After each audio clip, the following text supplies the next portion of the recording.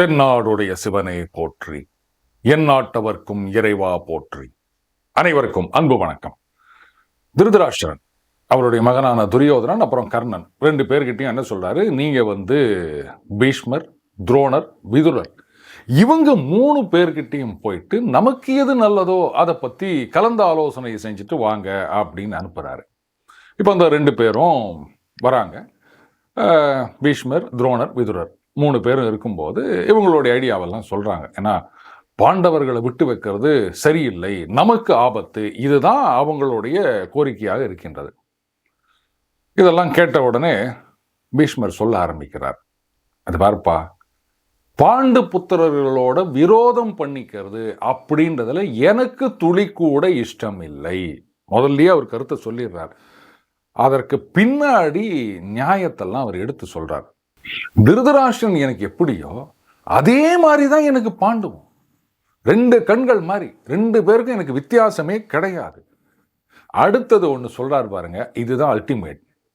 குந்தி புத்திரர்கள் எப்படியோ அதே மாதிரித்தான் எனக்கு காந்தாரி புத்திரர்களும் அப்படின்றாரு. இப்போ அந்த துரியோதனன் சொன்னதை கம்பேர் பண்ணி பாருங்க. அவன் என்ன சொல்றான், குந்தி புத்திரர்களுக்கும் மாத்திரை புத்திரர்களுக்கும் அந்த ரெண்டு பேத்துக்கும் சண்டை மூட்டி விடணும் அப்படின்னு சொல்றான். இப்போ பாண்டவர்கள் அப்படின்னும் போது குந்தி புத்திரர்கள் மட்டும் கிடையாது, மாத்திரையுடைய புதல்வர்கள் ரெண்டு பேர், நகுல சகாதேவன், அவங்களும் இருக்காங்க. ஆனா இந்த இடத்துல பீஷ்மர் என்ன சொல்றாரு, குந்தி புத்திரர்கள் எப்படியோ அதே மாதிரிதான் காந்தாரி புத்திரர்கள். திருதராஷ்டிரன் மனைவி காந்தாரி, அவங்களுடைய மகன்கள் தான் இந்த 100 பேர். இதனுடைய அர்த்தம் என்னன்னா, முதல்ல பாண்டு இறக்கும் பொழுது குந்தி தான் நான் அவருடன் சொர்க்கம் போகிறேன் அப்படின்றான். அப்போ மாத்திரை என்ன சொல்றாங்கன்னா, இல்ல என்னால தானே அவருக்கு இந்த நிலைமை வந்தது, அதனால நான் போறேன், நீங்க என்னோட குழந்தைகளை உங்க குழந்தை மாதிரி பார்த்துப்பீங்கன்னு எனக்கு தெரியும் அப்படின்னு 2 குழந்தைகளையும் குந்தி கிட்ட ஒப்படைத்து விட்டு போறா. குந்தியை பொறுத்த வரைக்கும் அந்த 5 பசங்களையும் தன்னோட பசங்களாக தான் நினைக்கிறாளே தவிர இது இளையாளுக்கு பிறந்தது அப்படின்னு அவ எங்கேயுமே நினைச்சதில்லை அப்படின்றதான் பீஷ்மர் இந்த ஒரு சென்டென்ஸ்ல சுட்டி காமிக்கின்றார். அதாவது ரீடிங் பிட்வீன் த லைன்ஸ் அப்படின்னு சொல்லுவாங்க. அதுலேயும் பெரியவர்கள், அறிவாளிகள் இவங்கள்லாம் பேசும்போது அதுக்கு பின்னாடி ஏராளமான அர்த்தம் இருக்கும்.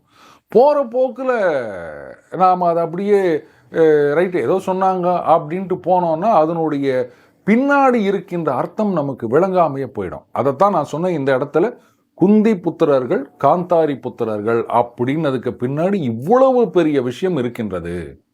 அடுத்தது சொல்றாரு, பாண்டு புத்திரர்களை காப்பாற்றுவது எனக்கு எப்படி கடமையோ அந்த மாதிரி ராஜன் துரியோதனனை பார்த்து சொல்றாரு, உனக்கும் அது கடமை.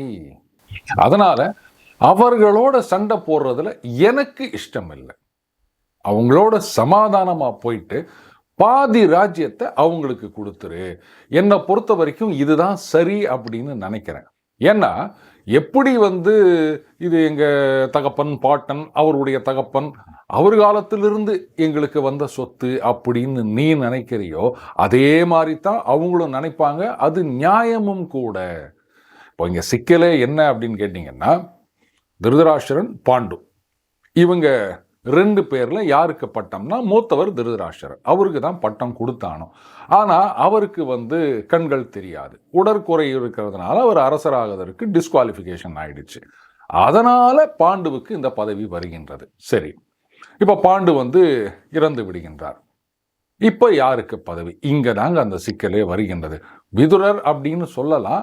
இங்க பாத்தீங்கன்னா 3 பேருமே தாய் வழி பிறப்பு தான். 3 பேருமே வியாசருக்கு பிறந்தவர்கள்.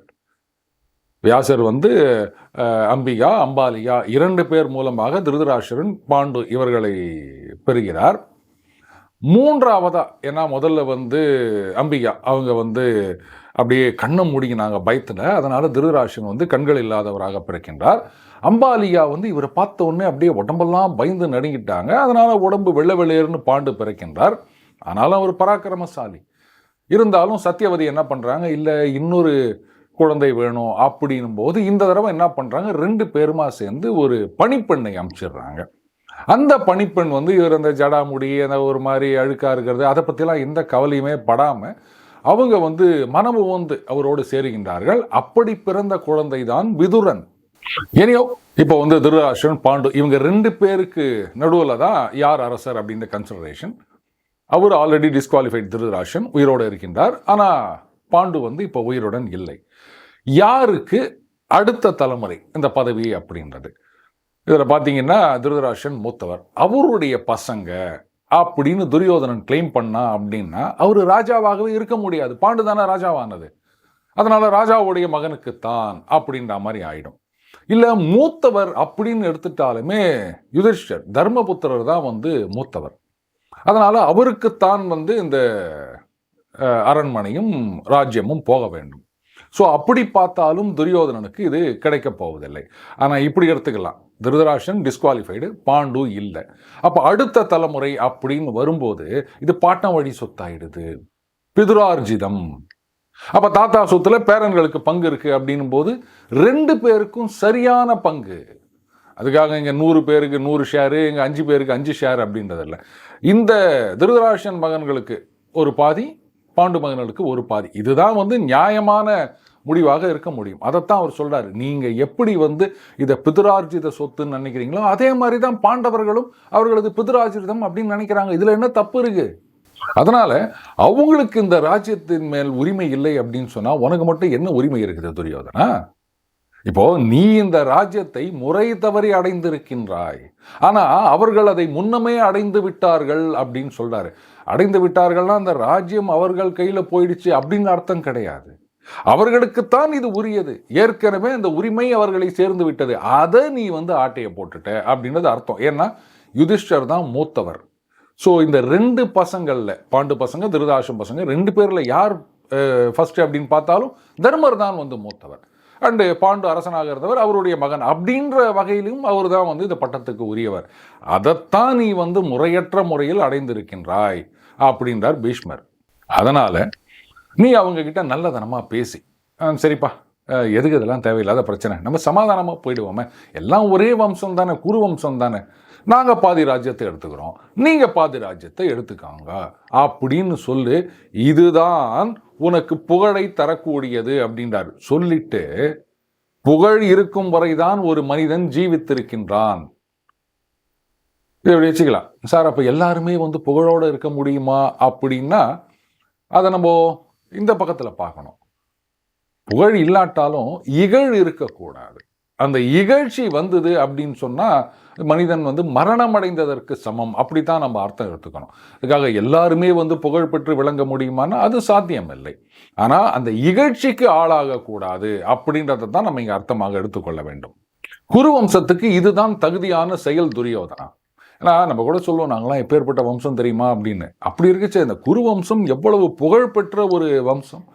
அந்த வம்சம் இந்த மாதிரி தர்மமான முறையில் நடப்பது தான் சரியாக இருக்கும் துரியோதனா. நல்ல காலம். இப்ப பீஷ்மர் சொல்றாரு, அங்க வந்து திருதராஷ்டிரன் சொன்னாரு நல்ல காலம் நல்ல காலம்னு 2 தடவை சொன்னாரு.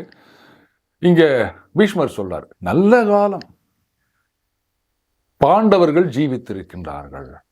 மறுபடியும் சொல்றாரு நல்ல காலம், குந்தி ஜீவித்திருக்கின்றாள். அடுத்தது சொல்றாரு நல்ல காலம், அந்த கொடியவன் புரோசனன் அவனுடைய எண்ணம் ஈடேறுவதற்கு முன்பாகவே செத்தொழிந்தான். பாருங்க 3மே நல்ல காலம்னு சொல்றாரு. அதுல 2 பேர் வந்து பிழைக்கின்றார்கள். ஒன்னு பாண்டவர்கள், ஒன்னு குந்தி, இன்னொன்னு அழிகின்றான். ஆனா எல்லாமே நல்ல காலம் அப்படின்னு சொல்றாரு. நல்ல காலம் வரும்போது நல்லவர்கள் காப்பாற்றப்படுகின்றனர், அவங்க வந்து மேலுக்கு வருகின்றனர், கெட்டவர்கள் அழிக்கப்படுகின்றனர். இதுதான் நல்ல காலம் அப்படின்ற நம்ம அர்த்தத்தை எடுத்துக்க வேண்டியது. அடுத்தது சொல்றார், இப்போ பாண்டவர்கள் அன்றைக்கு அந்த அரக்கு மாளிகையில் அழிந்திருந்தால் புரோசனனை குறை சொல்லியிருக்க மாட்டாங்க துரியோதனா. அந்த பழியெல்லாம் உன்னைத்தான் வந்து சேர்ந்திருக்கும். எதனால இதை சொல்றாருன்னா, இனி கூட நம்ம நிறைய இதெல்லாம் கேட்போம். ஒரு குற்றத்தை செய்பவரை விட அந்த குற்றத்தை தூண்டி விடுகிறார் பாருங்க, தூண்டுகோலாக இருக்கிறார் பாருங்க, அவருக்குத்தான் தண்டனை அதிகம் அப்படின்னு நம்ம கேள்விப்பட்டிருக்கோம் இல்லையா? அதே தான். ஏன்னா புரோசனன் ஆக்சுவலா அங்க போயிட்டு அவர்களை கொண்டிருந்தான் அப்படின்னு சொன்னாலுமே அதை தூண்டி விட்டது யாரு? அதுக்கெல்லாம் ஏற்பாடு பண்ணது யாரு? அந்த மாளிகையை கட்டினது யாரு? எல்லாமே இந்த துரியோதனன் தானே. அப்போ உலகம் புரோசனனை தூற்றி இருக்காது, அவனை இழந்திருக்காது. துரியோதனா எல்லாத்துக்கும் காரணம் நீ அப்படின்றதுனால உன்னைத்தான் இந்த உலகம் பழி கூறி இருக்கும். அவர்கள் தப்பித்தார்கள், பாண்டவர்களும் குந்தியும் தப்பிச்சாங்கல்ல, அது நீ பண்ண தப்புக்கு பரிகாரம் அப்படின்னு நினைச்சுக்கோ, சந்தோஷப்படு, இந்த மாதிரி நடக்கலையே அப்படின்னு.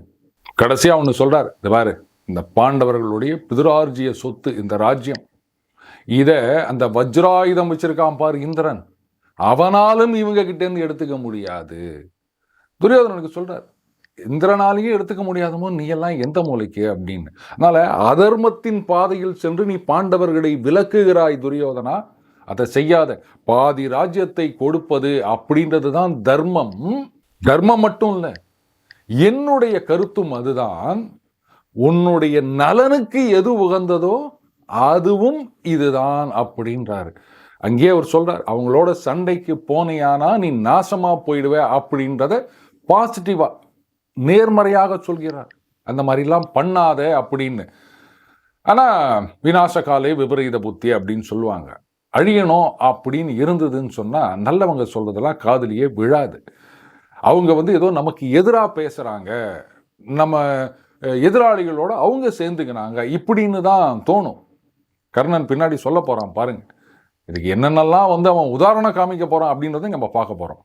மீண்டும் அடுத்த பதில் இணைந்திருப்போம். வணக்கம்.